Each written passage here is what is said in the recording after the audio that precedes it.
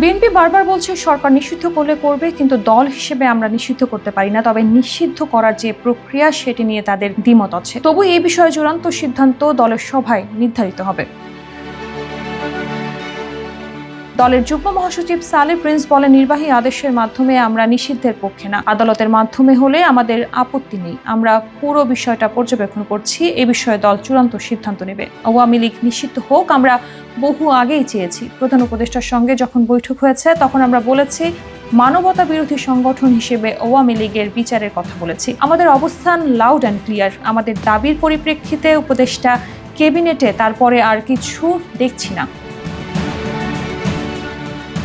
অন্যদিকে বিএনপির অবস্থান নিয়ে জামায়াতে ইসলামীর মাহবুব জুবায়ের বলেন, ফ্যাসিবাদ বিরোধী যারা আন্দোলনে ছিল তাদের সবাই ফ্যাসিবাদ ও তাদের দস্যুদের বিচারের বিষয়ে কোনো দ্বিমত নেই। এদেশে যাতে ফ্যাসিবাদ আর ফিরে না আসে তার নীতিগত অবস্থান সব দলের মধ্যে রয়েছে। দলীয়ভাবে বিভিন্ন দলের মত ভিন্ন হতে পারে।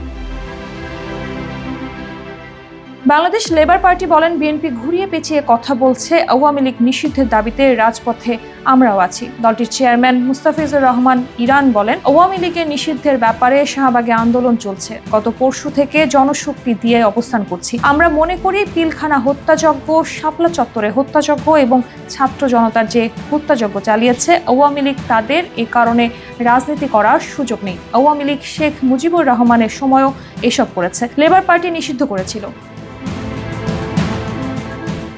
রাজনৈতিক বিশ্লেষক মাহিউদ্দিন খান মোহন বলেন, আওয়ামী লীগ নিষিদ্ধের দাবিতে যে কয়েকটি সংগঠন আন্দোলন করেছে, এই আন্দোলনের সরকারের পৃষ্ঠপোষকতা রয়েছে। যারা আন্দোলন করেছে তারা নিবন্ধিত কোনো সংগঠন নয়। তাদের সমর্থনে কত মানুষ রয়েছে তা প্রশ্ন সাপেক্ষ। আর বাংলাদেশ এবি পার্টির চেয়ারম্যান মুজিবুর রহমান মঞ্জু বলেন, আওয়ামী লীগ নিষিদ্ধ হওয়ার বিষয়ে বিএনপি নীতিগতভাবে কোনো দ্বিমত নেই, তবে প্রক্রিয়া নিয়ে দ্বিমত রয়েছে। এখন দেখা যাক, আগামীতে মিটিং আছে।